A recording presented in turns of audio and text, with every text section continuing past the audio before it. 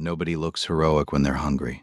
Elias Thorne had carried that thought through 2 wars, a ruined knee, and 14 years of kneading dough before dawn in a town that smelled of wet ash and stale grudges. The evidence walked through his door every morning.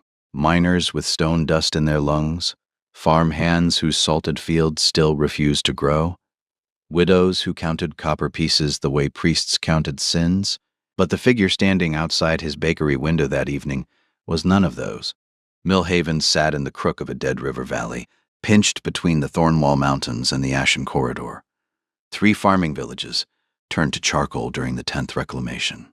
The war had ended 11 months ago. Treaties signed, armies broken apart, the orc clans shoved behind the Grey March line into territories too barren to feed them. Towns like Millhaven were left to rebuild with splintered hands and memories that refused to cool. The rain had been falling since noon, not the honest, heavy kind that washed things clean, but a low autumn drizzle that clung to everything. Cobblestones, shutters, the hem of Elias's flour-dusted apron as he stepped toward the window to latch the shutters for the night. The bakery still held warmth from the brick oven at the back wall, and the smell of rye and rosemary hung in the air thick enough to taste. 3 unsold loaves sat cooling on the iron rack behind the counter. A kettle of potato and leek soup simmered low near the coals. He was reaching for the latch when movement stopped his hand. A shape beneath the market post across the street, half hidden by the tanner's awning. At first he thought it was one of the Harlow boys. Then the shape stepped into the gray light. She wasn't human. The skin was green, not bright storybook green, but a deep, weathered olive dulled by exhaustion and cold. Her cheekbones pressed sharp against the skin, the kind of lean that meant weeks of hunger. One eye carried the fading yellow-purple of an old bruise. Her lower tusks, one cracked halfway down, jutted from a jaw held tight enough to tremble. She was tall, broad-shouldered in a way that should have been imposing, but the bones of her collarbone showed through torn leather armor, military cut. The stitching pattern along the shoulder guard marked Field Medic Corps. She stood in the rain, staring through his window, with an expression Elias recognized immediately. Not desperation. Worse. Arithmetic. The quiet calculation of someone deciding whether their dignity weighed more than their survival. She turned away twice. Both times she came back to the same spot, staring at the warm glow leaking through his window like it was something she'd lost the right to want. The 3rd time, she walked straight to the door. The iron bell gave a single dull clang. Warm air wrapped around her and her shoulders buckled, the way a body betrays you when sudden heat meets prolonged cold. Water ran from cracked bracers onto the stone floor. Neither of them spoke. The girl, up close, she looked young, early 20s by human reckoning, stood just inside the doorway with her hands clenched, dripping, jaw locked so tight the muscles of her neck stood taut as rope. "Kitchen's closing," Elias said. His voice came out gentler than he intended. "But I've still got bread left." Her eyes, pale amber, nearly gold, dulled flat with exhaustion, swept the room once. Exits first. The back door behind the oven, the window, the gap between the flour shelves and the wall. Soldiers did that, mapping escape routes before committing to conversation. Then she reached into her armor, slow and deliberate, and placed something on the counter. The metal was roughly the size of a walnut, carved from bone and tooth, real tooth, or canine yellowed and smooth from years of handling. A strip of cured leather threaded through a hole at the top. Along one face, crude but precise symbols had been etched: clan marks, military insignia, a medic's spiral, a clan honor mark. For an orc, this was not jewelry. This was identity. "It is real bone," she said. Her voice came out low, the common tongue sitting awkwardly on a mouth built for a different language. Clan, tooth, and war chief marrow, worth more than silver to those who understand. Enough for 1 loaf. He picked it up. She flinched, barely, and locked herself still. He turned it slowly in his flour-dusted fingers. Ancient, polished smooth by generations, the etchings deep, confident. He set it down gently, pushed it toward her. "If nobody who deserved this has taken it from you yet," Elias said quietly, "then I'm not going to be the one who does." Confusion first, then something rawer, the disorientation of someone braced for a transaction who received something they hadn't budgeted for. "I can pay." she said. I heard you. He turned away and pulled the warmest loaf from the rack. Dark rye, the crust still faintly crackling. Then soup, ladled into a clay bowl, steam curling upward. He set both in front of her. Sit down before your knees give out. On the stool, not the floor, she sat, carefully, as though the stool might be revoked, and picked up the bread. She tore it apart with both hands and ate like an animal, crammed pieces into her mouth, barely chewing, shoulders hunched forward over the bowl the way a starving dog guards food from threats that might not even exist. Soup ran down her chin, crumbs scattered across the counter. Her breath came in short, ragged pulls between bites, and for a few seconds the only sounds in the bakery were tearing bread and desperate swallowing. Then she stopped. Her hands froze mid-tear. Her eyes went to Elias, who was leaning against the flour shelf watching her with an expression she couldn't parse. Slowly, color darkened across the green of her cheeks. Shame, or something close enough. Fast eating is a compliment to the baker, Elias said evenly. Means I didn't oversalt the crust. She went back to eating, slower but not by much. When both were finished, she sat with her hands around the empty bowl, staring into it as though the warmth itself needed to be memorized before it disappeared. How many days? Elias asked. 3? Water? Until yesterday. What happened yesterday? Patrol found the camp, burned what was left. He tore another slice from the remaining loaf and slid it across, without comment. What happened next, he did not expect. She reached to her belt, slowly, deliberately non-threatening, and drew a small bone-handled knife. She pressed the blade across her left palm. Dark blood welled immediately, thick and almost black in the firelight. She pressed her bleeding hand flat on the countertop. I owe you a debt. Blood marked. Bone witnessed. You fed me when no law required it. Elias stared at the blood spreading slowly across his clean counter, then at the absolute seriousness in those amber eyes, the rigid set of her shoulders, the bleeding hand held steady as stone. You know God well when it is key. Today, that meditation may be all. You can't be a false, finding part of the Southern California where you have can held. Today, your father will not help. He reached under the counter and produced a clean rag. No blood in my bakery. You want to pay me back, you can wash the dishes. She blinked. There are 9 days of dishes, he added. I've been busy. Something happened to her face. Small, barely visible. Not a smile. The faintest crack in the architecture of someone holding themselves together through sheer structural will. She took the rag, wrapped her hand. I will clean that as well, she said. Damn right you will. She cleaned everything. Dishes, prep table, flour bins, bread racks, without being asked, and with a thoroughness that bordered on surgical. Medic's hands. You have a name? Elias asked, setting a cup of chamomile on the counter. Gorka. Gorka of Clan Grothmar. Field medic. 7th Assault Corps Healing Division. The titles came out like they still meant something. I'm Elias. Baker. Bad knee. Worse temperament. He pushed the tea closer. Drink that. The tea was already made, and I don't like chamomile. She drank without speaking. The silence between them had stopped being hostile. Two people too tired to perform more than coexistence. You were military, she said eventually. Not a question. What gave it away? You check exits when you enter a room. You keep your knife hand free near strangers, and your left knee catches every third step. Field injury, not farming accident. The bone healed wrong. How long were you watching me? Long enough to know you reached for the window latch. Not a weapon. Civilians close windows, soldiers close doors. You have been civilian for a while. It ached in cold weather. Always had since Kessler Ridge, since the orc warhammer that shattered the bone, and the field medic who'd pulled him from the rubble. Storm's getting worse. Storage room behind the oven. Floor's stone, but it's warm. Orcs do not sleep on soft things, and you'll sleep on whatever keeps you from freezing, because I'm not explaining a frozen orc to the morning customers. She cleaned her teacup and the empty bowl, carried them to the wash basin, and set them upside down on the drying rack. Only until morning. Sure. He found the blanket. Old military issue. still smelling faintly of campfire smoke. She laid it on the stone floor, positioning herself with her back against the wall and a clear sight line to the door. Her knife went beside her right hand. "The knife stays sheathed," Elias said. "Orc warriors sleep armed. This isn't a battlefield. The most dangerous thing in this room is my cinnamon rolls." Slowly, like a concession that cost something real, she moved the knife to the other side, still within reach.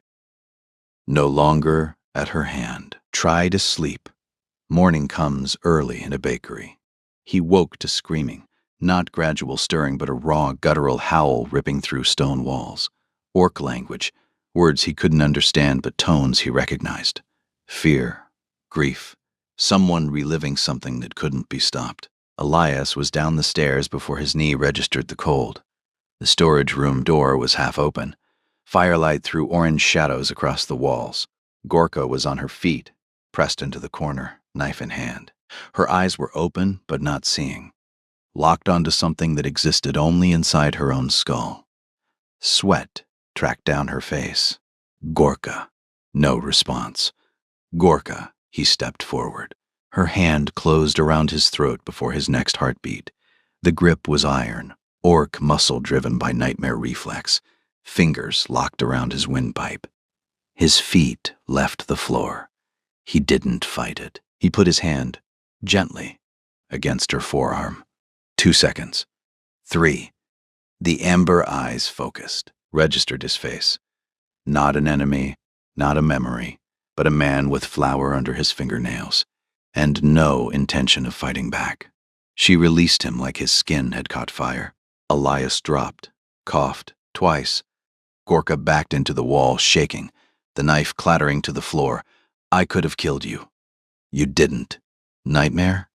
She didn't answer for a long time. "I see my mother being killed.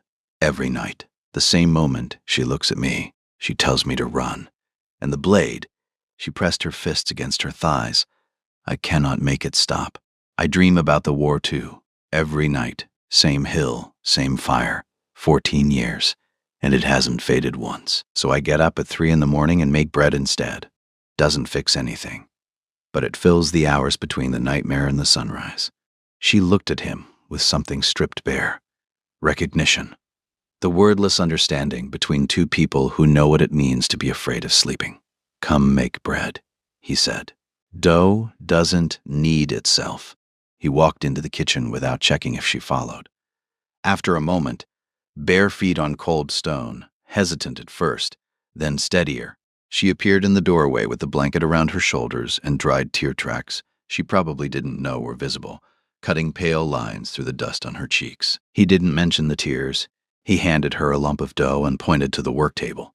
"Knead until it stops sticking. Don't punch it." Her hands were absurdly strong. Orc muscle, compressing the dough with a force that should have destroyed it. But she figured out the rhythm within 30 seconds, adjusted pressure, found the motion. "You are staring," she said. "You're good at this. I am good at everything that involves hitting things repeatedly." He snorted. The sound surprised both of them. They worked side by side while rain hammered the shutters. Neither spoke about the nightmare. Some things communicated better through shared silence and the smell of rising dough than through words. By gray dawn, 32 loaves sat rising on the prep table. "It smells like my mother's field kitchen," Gorka said quietly. The words escaped before she could catch them. She went rigid, saying something true where truth felt dangerous. "Your mother baked?" "She made camp bread for the wounded. After surgeries, she said bread was the first thing a body remembers how to want after pain." "Smart woman," Elias said. Gorka nodded once. Then she went back to kneading, and the conversation folded itself closed like something that would open again later, when the walls were lower and the morning was further from the night. If this story touched something in you, something real, something quiet, consider subscribing. Every chapter is free. But those who join the membership help keep the fire lit. And if a moment earned it, a super thanks is the warmest way to say the bread was worth the wait. The first customers arrived with the dawn bell. Millhaven's morning trade was a creature of routine. The same faces in roughly the same order, governed by shift schedules at the ironworks and the grain mill. Hamish Crew, foreman at the eastern shaft, always came first. 2 rye rolls, black coffee, no conversation. After him, the Pelham sisters, who ran the candle shop on Brewer's Row and had never once ordered the same thing twice in 14 years. Then the miners, then the mill hands, then the widows, then whoever else the morning dragged in. Elias moved behind the counter with the practiced economy of a heartbeat. He'd stopped noticing. Gorka stayed near the back. He'd given her a spare apron, too short, human-sized, the strings barely reaching around her frame, and positioned her at the prep station behind the partition. She moved through the tasks without instruction, reading the kitchen the way a medic reads a triage tent, identifying what needed doing, prioritizing, executing. The flour bags that took Elias 2 hands to lift, she shouldered one-armed. The dough she'd kneaded before dawn had risen perfectly, the orc's strength producing a compression that created air pockets he couldn't replicate. By mid-morning, she had reorganized the spice shelf, restacked the grain stores by weight, and cleaned the inside of the bread oven with a thoroughness that suggested she found the existing state personally offensive. "You rearranged my entire kitchen," Elias said during a lull. "Your kitchen was arranged by someone who does not understand spatial efficiency. I've been baking here for 14 years, and it has been wrong for 14 years. He stared at her. She stared back. The amber eyes held no apology whatsoever. The trouble arrived with the lunch crowd. Millhaven's midday trade brought the heavier workers, smiths with soot-black hands and shoulders like bridge pylons, quarrymen who ate standing up, because sitting down meant they might not get back up. These were people who measured the world in what they could lift, what they could endure, and what they could afford to ignore. The first to notice was Aldrich Voss. Voss was a farrier, 63, built like leftover masonry, with a burn scar across his right cheek from shoeing war horses during the siege of Denmark. He'd lost a brother in the war. He dealt with grief the way the lower trades dealt with grief. He didn't. He was halfway through his second bowl of soup when Gorka stepped out from behind the partition carrying fresh loaves. The silence that followed was immediate, total, the kind that has weight. Every head turned.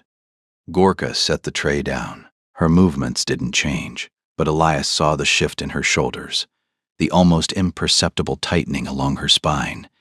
She knew a person didn't survive as a refugee without developing the ability to feel a room change temperature. Voss set his spoon down. "Didn't know you'd hired a greenskin, Thorne." The word landed like a stone in still water. Conversational. Which made it worse. Elias wrapped a loaf without looking up. "Didn't know my staffing decisions required approval from a man who can't shoe a mule without swearing for 20 minutes. Nervous chuckles along the bench. Voss didn't smile. "She from the border camps? She's from the back of my kitchen, where she's been making bread that's better than anything I've turned out in a decade, which makes her more useful in this building than anyone else present, myself included." The conversations resumed slowly, but the glances continued. Gorka was always watching. After the crowd thinned, she stood at the wash basin cleaning bowls with mechanical precision, the body doing something repetitive so the mind could process something it wasn't ready to name. "You didn't have to do that," she said without turning. "Defend me." "I didn't defend you. I insulted Voss's farrier skills. Completely different. It is not always like that, the defending. I know. In the last town, they threw stones. Not at first. First, they let me sleep in the stable. Then, someone's goat died, and they needed something to blame." She rinsed a bowl. "Stones. In the town before that, a family hired me to chop firewood. 3 days, when I came for payment, the husband said orcs did not deserve pay because orcs had destroyed his cousin's farm." She rinsed another bowl. "I have never been to the southern reach." She finished the dishes, turned around. "I am not asking for pity." "Good. I don't stock pity. Bread? Yes. Pity costs extra." The smallest movement at the corner of her mouth. Not a smile, the place where a smile would go if she ever built one from scratch. That evening, after the last customer left and the shutters were latched, Gorka set the broom against the wall and stood still for a moment, her back to Elias. The oven fire burned low. Candles flickered in the draft from the chimney. I was not only exiled by humans, she said. Elias looked up from the bread paddle he was repairing. My clan cast me out after the war, when the survivors returned to the camps behind the gray mark. Why? She turned around. Slowly, she pulled the collar of her shirt aside to expose her left shoulder. The scar was enormous. Not a wound, an erasure. Where clan markings should have been, the tattoos and ritual scarification every orc carried from their naming ceremony, there was only a ragged field of scar tissue. Cut away, deliberately, the skin still puckered at the edges, the flesh remembering violence it could not forget.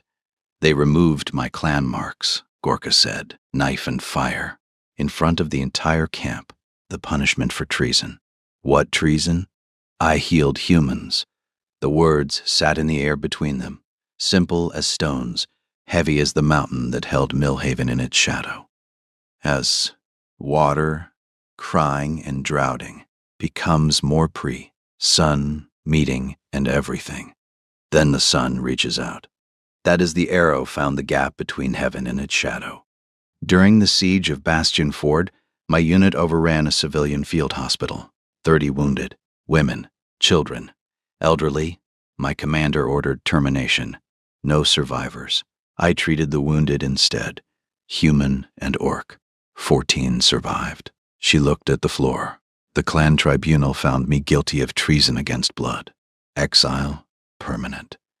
And the brand means I belong to no one, no clan, no name, no ancestors. For an orc, this is worse than death. When I die, there is no one to sing for me. My spirit goes nowhere. Your mother, Elias said carefully, was the one who taught me. Gorka's voice dropped. She was Baraka, chief healer of Clan Grothmar. During the final battle at Bastion Ford, when War Chief Dren ordered the execution of human prisoners, my mother refused. Her hands clenched at her sides. Dren killed her himself in front of the entire regiment, as an example. She looked at me before the blade fell. She told me to run, and Her voice cracked, a hairline fracture through the controlled surface. I ran. The bakery seemed to contract around them, the walls closer, the firelight smaller. Wind pressed against the shutters, and somewhere distant a nightbird called once and received no answer. Elias set down the paddle. He didn't speak. He didn't offer comfort. He didn't reach for words that would have been too small for the space they needed to fill. He waited. The medal was hers. She gave it to me on the morning of the last battle. She knew she was not coming back. She knew what she was going to do. Yes, that's not treason, Gorka. That's the opposite of treason. She looked at him, sharp, sudden, the amber eyes bright and terrible.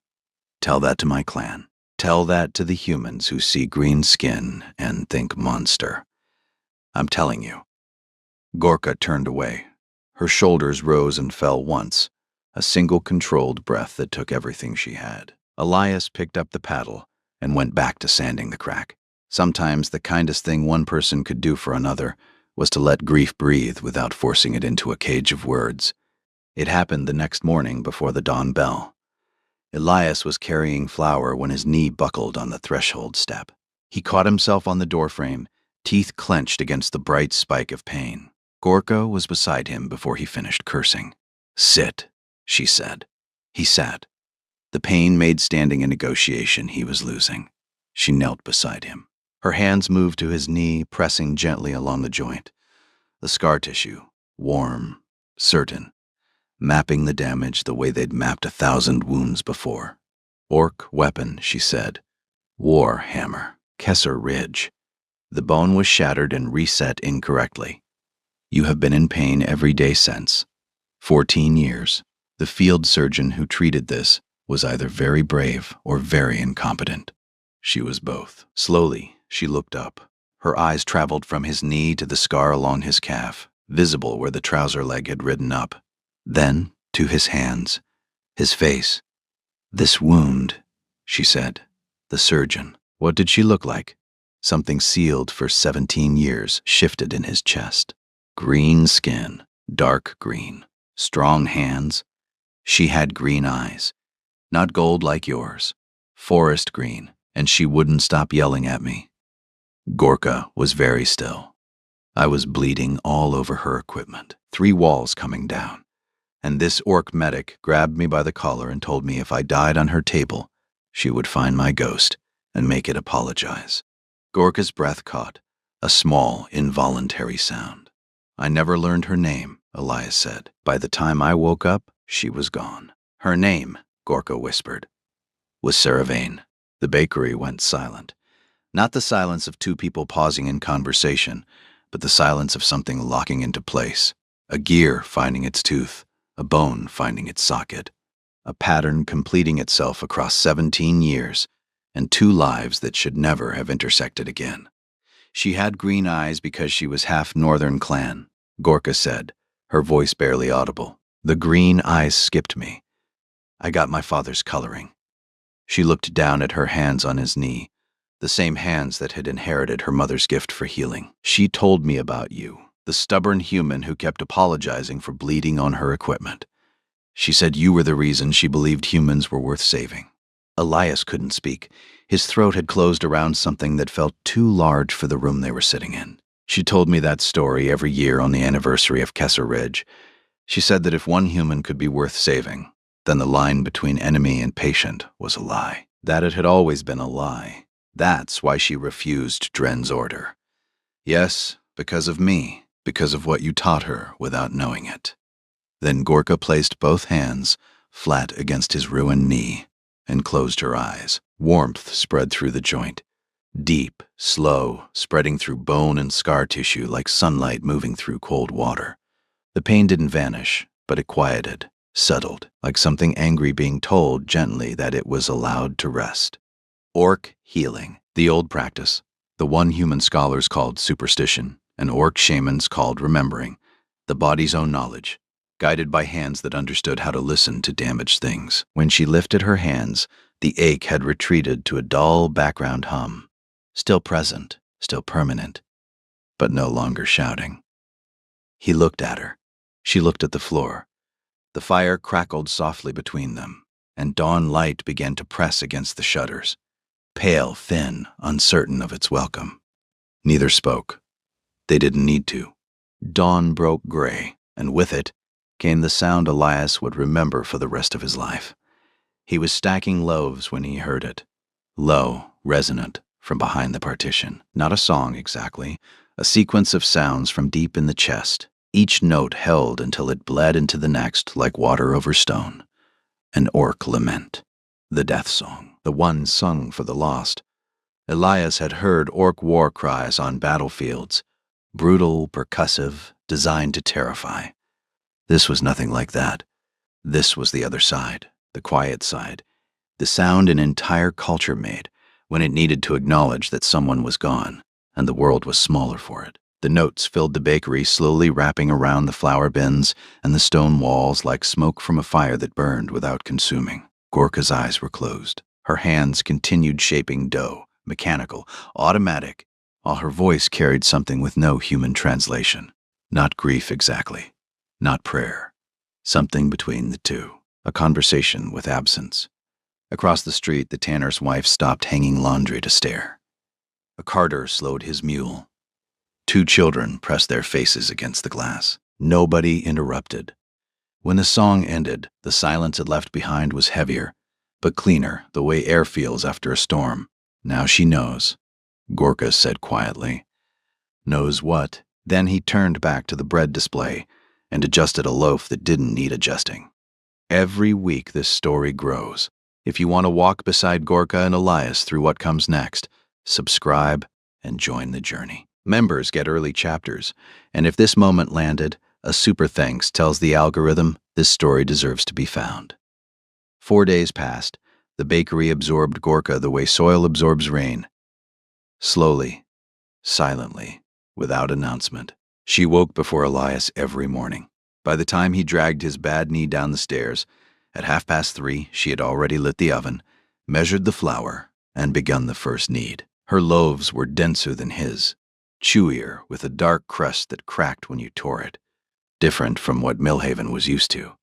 Not worse, She could carry two 50-pound flour sacks at once without adjusting her breathing. She kneaded dough with a force that should have destroyed it, but instead produced a gluten structure so tight the bread practically bounced.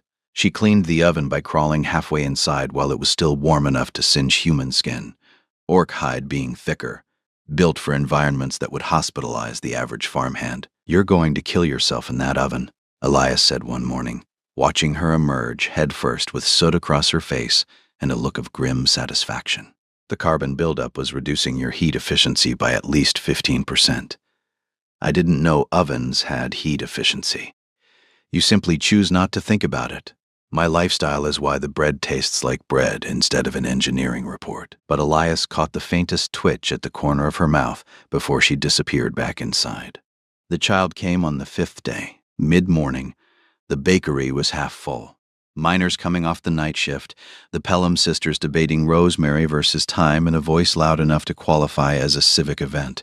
The door opened. A woman stepped inside, holding a boy by the hand. The child was perhaps 4 years old. Copper hair, missing a front tooth. He saw Gorka first. The boy's face went through a sequence of expressions so rapid they almost blurred. Curiosity, confusion, and then, with the absolute conviction that only small children can achieve, pure terror. The scream was enormous, disproportionate to the body producing it, a sound that bounced off the bakery walls and froze every conversation. The mother snatched the boy up and was through the door before the echo died, muttering apologies she didn't mean. The bell clanged. Cold air swept in. Then, silence. Gorka stood behind the partition with a loaf in both hands, completely still. Her face showed nothing. The amber eyes were fixed on the door the child had vanished through, and her expression was so carefully, so precisely empty, that Elias recognized it immediately. The face of someone who has just been told, by a 4-year-old who doesn't know better, exactly what they are. Nobody spoke. The miners studied their soup. The Pelham sisters found something fascinating about the ceiling beams. The silence became its own kind of violence, the particular cruelty of a room full of people pretending they hadn't witnessed something everybody saw. "Next person who orders soup gets extra bread," Elias said. "I overbaked this morning, and I need the counter space." Conversations resumed. Gorka set the loaf on the rack and went back to the prep table. Her movements were controlled, measured, precise. But if you listened carefully, the sound her fists made against the table was not kneading. It was hitting. Elias heard it. He didn't go to her.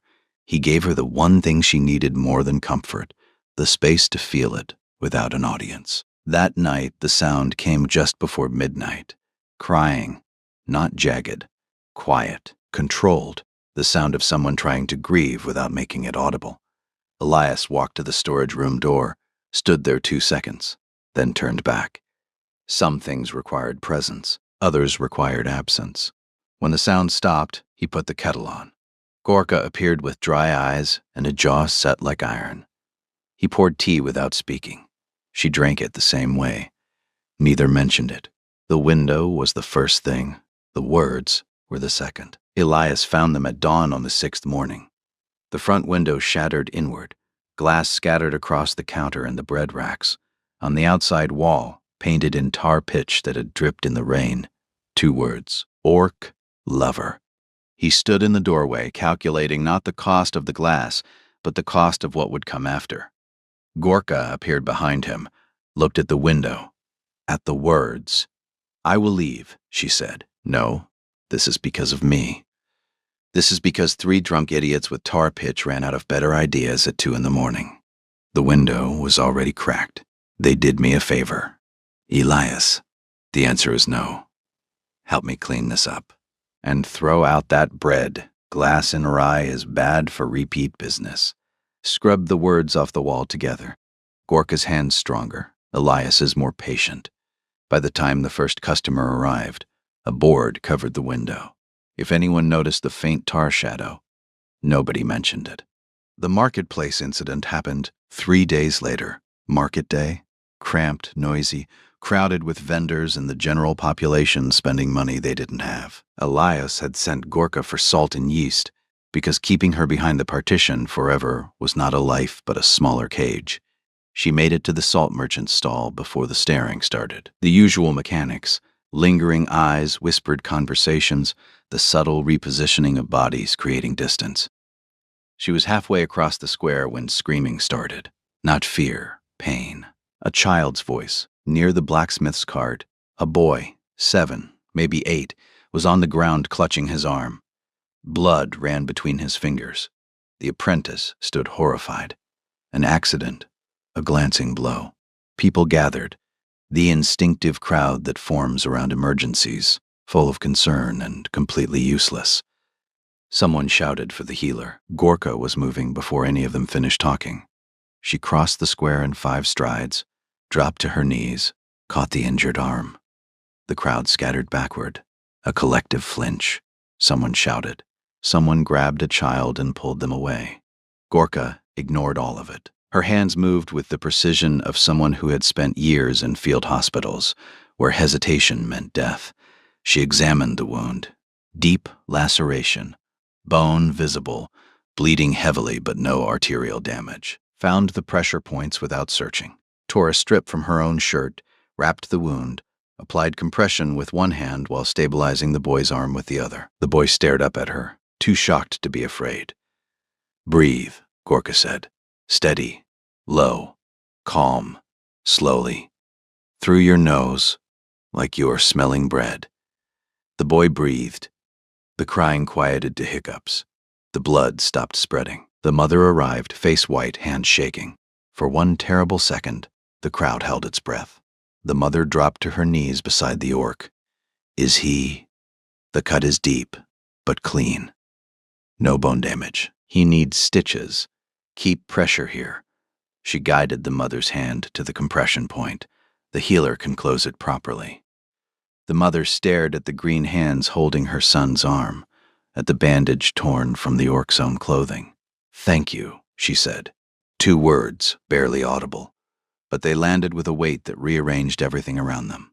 Gorka nodded once, released the arm, stood, walked back to the yeast cellar with the entire square watching, bought the yeast, walked home. She didn't mention it to Elias. He heard anyway. "In Millhaven, you always did." The guards came on a Thursday. 2 of them wearing Lord Heron's garrison leather, the local authority that governed from a stone keep on the hill, with the benevolent indifference of a man who found his hunting dogs more interesting than his lower holdings. Gorka of Clan Grothmar, not a question. Gorka set down the bread paddle. Her face went still, the practiced stillness of someone who had heard that tone before. The younger guard produced a scroll, wax seal. "By order of Lord Heron, all orc-born individuals within township boundaries are to be remanded to the Grey March resettlement camps, effective immediately." 3 customers at the counter, Voss near the window, the Pelham sisters at their table. Gorka untied her apron, folded it, set it on the counter with the careful movements of someone who had practiced losing things, until the motion no longer required thought. Each fold precise, the ritual of a person preparing to be erased from another place that had almost become a home. "I will go with you," she said. Elias stepped out from behind the counter. His knee caught on the step. It always did. And he limped forward until he stood between Gorka and the guards. "She's my employee. She works here, she sleeps here. She's committed no crime. Sir, the order applies to all orc-born." I heard the order. "I'm asking what she's done. This isn't personal, Mr. Thorne. It's personal to her." His hand caught the leather cord of Gorka's medal, resting near the register, and dragged it off the counter. It hit the floor with a sound like a knuckle cracking. He picked it up between 2 fingers, the way someone holds a dead insect. "What's this? Animal bone?" The air changed, not gradually, instantaneously, the way air changes when lightning is about to strike. Gorka's lips pulled back from her tusks, both of them, bared in a way Elias recognized from battlefields as the precursor to violence so fast the human nervous system couldn't process it. She moved. The guard hit the wall before Elias registered she'd crossed the room, one hand around his throat, the other pinning his weapon arm. The stone cracked behind his shoulder blades. "That," Gorka said very quietly, from 2 inches away, "is my mother." Nobody breathed. Her arm trembled, not effort, restraint. every muscle locked, holding back something that wanted to close the fist and end the conversation permanently. Her eyes were flat gold. "Gorka," Elias said. She didn't look at him. "Gorka, let him go. Your mother told you not to kill humans. She made you promise." The trembling intensified. Then, slowly, degree by degree, her fingers opened. The guard dropped, gasping. His partner drew his sword halfway, caught between duty and the understanding that the orc had chosen not to kill and could unchoose at any time. Gorka stepped back, shaking the aftermath of something enormous being caged by something barely strong enough to hold it. "She made me promise," she whispered, "but you are making it very difficult." The elder guard straightened his collar. "The order stands." "No," the voice came from behind. "She doesn't." Everyone turned. Voss stood up. "The old farrier, burn scar and all. She saved my nephew. Market day, the boy with the arm. That was my brother's kid. I'll stand as her sponsor." The mother from the market stood. "My son. I'll sponsor her. A miner. I'll sign. A cart driver. Same." The Pelham sisters stood together. The only time in recorded history they'd agreed simultaneously. One by one, the people rose from their seats and their soup bowls, and they stood in front of the guards with the stubborn, slightly confused determination of people who had just discovered a line they were not willing to watch someone cross. Not a revolution, just tired people choosing to be more than their worst instincts. The elder guard looked at the growing pile of names Elias was writing on a flour receipt. He sighed. "This will need to be filed with the garrison clerk." "File it," Elias replied without looking up. The guards left with 14 signatures and the impression that returning would be more trouble than Lord Heron's schedule was worth. "Why?" Gorka said, holding the medal. Voss rubbed his beard. "Wouldn't look at her. Your mother helped people during the war, an orc medic who treated human wounded even when her command ordered otherwise." He stared at the floor. "Least somebody can do is make sure her daughter doesn't freeze behind a barricade." Gorka pressed her right fist against her chest. Once, hard, over her heart. The orc salute. The deepest one. Reserved for debts that could never be spoken. Nobody knew what the gesture meant, but they felt it. The way you feel thunder before you hear it. Voss, slowly, awkwardly, with the wrong hand, pressed his own fist against his chest. Then, at his face, she laughed. Not the cautious, almost smiles. A real laugh. Sudden, raw, slightly too loud, with a rumble that rattled the bread racks. The sound of something cracking open that had been sealed for longer than she could remember. "Wrong hand," she said, and her voice cracked on the second word. "Which hand is right?" "The left. And you hit harder, like you mean it." Voss switched hands, hit his chest hard enough to cough. Gorka laughed again, wet this time, sliding toward something else. Entirely. A child at one of the tables raised his small fist and slammed it against his own chest hard enough to nearly knock himself off the chair. The entire bakery laughed. Even the miners, even the Pelham sisters, even Gorka, who stood with her back turned and her mother's medal against her heart. And tears she would deny until the day she died. The story continues. If you want to be here when the walls come down and the bread rises, hit subscribe. Members walk this road first, and if this chapter earned it, a super thanks is kindness made visible. 3 weeks passed, and the bakery stopped being a place where Gorka was hiding.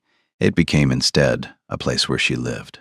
The change happened the way most real changes happen, not through declaration, but through accumulation. The particular way she arranged the morning loaves on the cooling rack, tallest at the back, darkest crust facing the window, where light would catch the caramelization. The handwritten inventory lists tacked above the flour bins, each entry precise, the letters formed in the stiff, angular hand of someone who'd learned to write in a language built for carved stone. The smell of the bakery itself, which had shifted over the weeks from Elias's familiar rye and rosemary to something deeper. The dark spices she ground into certain batches, the faint resin of the orc healing salve she kept under the prep table for burns. Her loaves were different, denser, darker, built for endurance rather than pleasure, the way orc food was always built. Not to delight the mouth, but to sustain the body through conditions that would break it. The first customer to order one by name, The dark one, the orc bread, made Gorka freeze behind the partition for 3 full seconds before setting it on the counter. Millhaven adjusted, not universally. 2 families stopped coming entirely, but other things happened. A miner's wife left wool socks on the counter with a note saying, "For the cold," and no name attached. The schoolteacher asked whether Gorka might speak to his students about field medicine, and the children, always the children first, stopped crossing the street when they saw her and started pressing their faces against the glass to watch bread being made. Voss came every day now, ate his soup, drank his coffee, and grunted in Gorka's direction in a way that might have constituted a greeting. She grunted back. By orc standards, a meaningful friendship. The orc merchant appeared on a Tuesday morning. 3 wagons pulled by massive gray oxen, loaded with cured hides, bone tools, and the pungent dried meats that human noses found challenging. The lead driver was enormous, even by orc standards, with iron rings braided into a chest-length beard and the permanently suspicious expression of someone who made his living moving goods through territories that didn't want him. He pulled the lead wagon to a stop in front of the bakery, stared at Gorka, who had come to the doorway with flour on her forearms and an apron that said, "Thorns" across the front. He stared at the apron for a very long time. Then he spoke in Orcish, a rapid sequence of guttural syllables, the tone carrying incredulity bordering on offense. Gorka answered briefly. He spoke again. Longer, Elias caught one word, "Grak," which she'd once translated as something between shame and waste. Gorka squared her shoulders and answered in common. "You asked if I am ashamed. I am not. For the first time since the war, I am not." The merchant studied her. His eyes moved from the apron to her flour-dusted hands, and something shifted in his expression. Not acceptance. The acknowledgement that whatever he was looking at, it was real. He grunted. "Your bread. It is orc bread? Some of it. I will try." She brought him the dark loaf, the one with the crosshatch pattern scored into the crust, a traditional orc blessing meaning nourishment for the journey. He tore it with his hands, chewed slowly. "It is not terrible," he said. "High praise," Elias muttered from behind the counter. The merchant bought 4 loaves, paid in border trade silver, real weight worth more than Millhaven copper. He loaded them, looked at Gorka one more time, and spoke a single word in Orcish. Gorka flinched, then straightened, then nodded. The caravan rolled on. "What did he say?" Elias asked. "Hroksha." It means still standing. What orcs say to survivors, people who should have fallen but did not. Is that a compliment? The closest thing we have to one. The next batch, she shaped carried the crosshatch blessing on every loaf, not just the orc ones. 2 days later, the bakery got a new sign. Gorka took the old one down before dawn, sanded it smooth, and repainted it with charcoal, iron oxide, and reddish clay from the riverbank. Thorn and Gorkas. Beneath the letters, 2 symbols. On the left, the human baker's wheat sheaf. On the right, the orc healer's spiral, the same symbol etched into her mother's metal. Different traditions, different alphabets, same piece of wood. Elias stood in the street staring at it while dawnlight caught the wet paint. "You put your name on my bakery," he said. "You put your bread in my life. I thought we were trading." He looked at the sign, at the 2 symbols side by side. "The ampersand is crooked," he said. "Everything in this bakery is crooked. It is consistent." He snorted, rubbed his bad knee, went inside. The sign stayed. That evening, Gorka took her mother's medal from the register, drove a nail into the lintel above the front door, and hung it from the leather cord. Then she looked at Elias. "Do you still have yours?" He walked to the back of the kitchen, to the shelf above the oven where he kept things he didn't look at often. Behind a jar of dried herbs and a broken clock. A small leather pouch. Inside, tarnished and scratched, a human military service medallion, bronze, stamped with the seal of the 4th Expeditionary Company, awarded for surviving Kesser Ridge. He hung it beside hers on a second nail. 2 symbols, 2 wars, 2 sides that had spent a decade trying to destroy each other, reduced to 2 pieces of metal hanging side by side above the door of a bakery that smelled like bread and survival. They look good together, Gorka said. They look like a terrible idea. Someone's going to steal them. Let them try. He almost smiled. She almost smiled. The almost was enough. Winter deepened in slow, gray increments. Frost every morning. The river froze. Firewood prices doubled. The bakery held, not because its walls were stronger, the oven still cracked along the left flue, but something inside had shifted. The air felt warmer even when the fire burned low, more inhabited, the kind of warmth that comes not from combustion but from the accumulated evidence that a space is being used for something worth doing. Customers lingered longer, talked more quietly, sometimes laughed, not the performative kind, but the real kind, surprised and involuntary. Gorka offered orc bread alongside Elias's standard loaves. The dark rounds sat next to the lighter rye and wheat like diplomatic envoys. Unfamiliar, slightly intimidating, increasingly present. The school teacher was the first to order one, approaching with scientific solemnity and asking for one of the other ones. He came back the next day for 2. By winter's 3rd week, orc bread accounted for a quarter of daily sales. Not because it was better by human standards. It was heavier, aggressively seasoned with spices that made taste buds question their life choices. But because difference, in a town that had been eating the same bread for 14 years, turned out to be something people were hungrier for than they knew. "You are outselling me in my own bakery," Elias said one evening. "Your bread is too soft. My bread is perfect. Your bread is what humans think bread should be. My bread is what bread actually is. That is the most orc thing you have ever said. Thank you." It wasn't a compliment. I know. Teaching each other happened without being planned. Through proximity and the slow erosion of the assumption that your way was the only way. It started with the spices. Gorka used a blend called vrac, dried root bark, crushed mineral salt, and something that smelled like smoke and tasted like the memory of a campfire in a language you'd never spoken. She measured by instinct, adding it to dough with the confidence of someone following instructions in her bloodstream, rather than a recipe. Elias asked what was in it. "Things you cannot pronounce. Try me," she told him. He couldn't pronounce any of it. She taught him anyway, grinding the components with a stone pestle, mixing ratios by smell, working it into the dough at the precise moment when the gluten could absorb the oils without collapsing. His first orc loaf was terrible. Dense as a brick, burnt on one side, raw on the other. "Ambitious," Gorka said after a long silence. "Ambitious is not a food word. In Orcish it means the spirit was willing, but the hands were confused.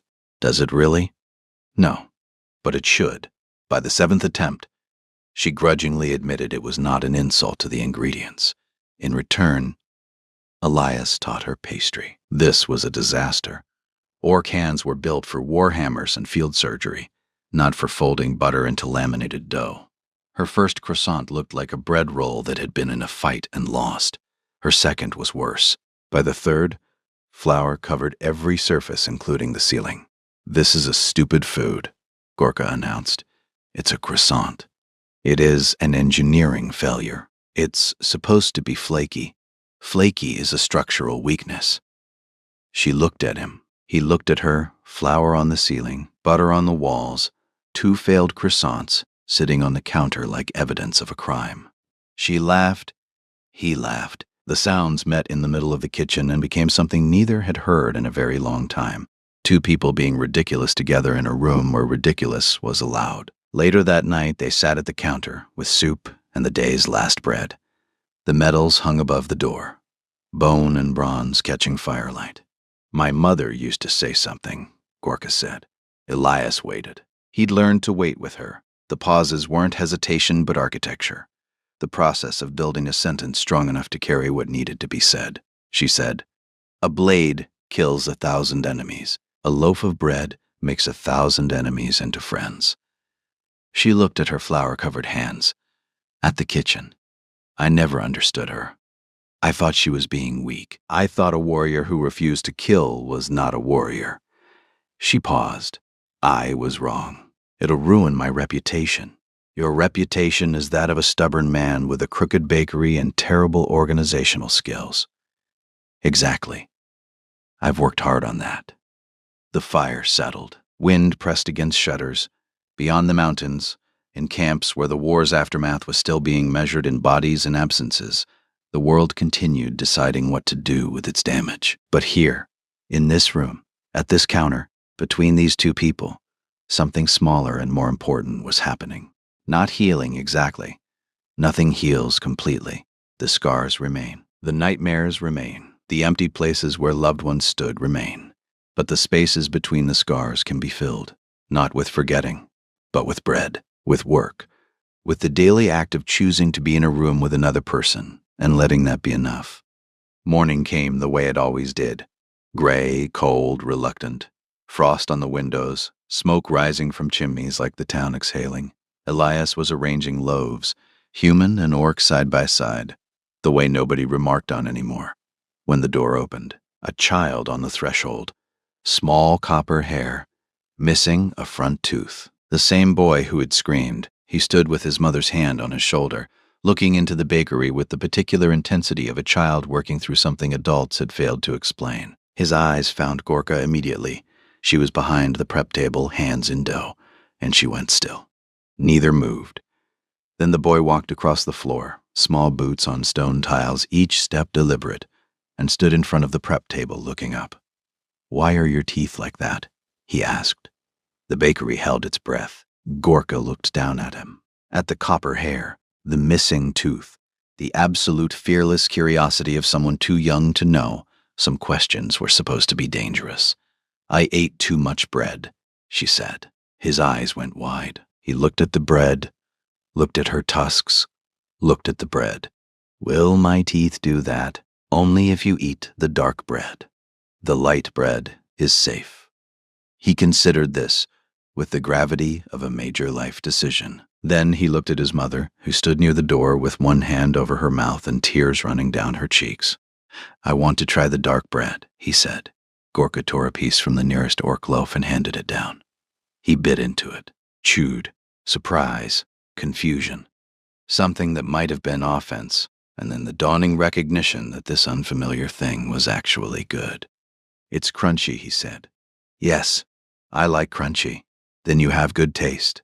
He grinned, wide, unguarded, gap-toothed, and went back to his mother with bread in his hand and crumbs on his chin. The door closed. The bell rang once. Elias looked at Gorka across the room.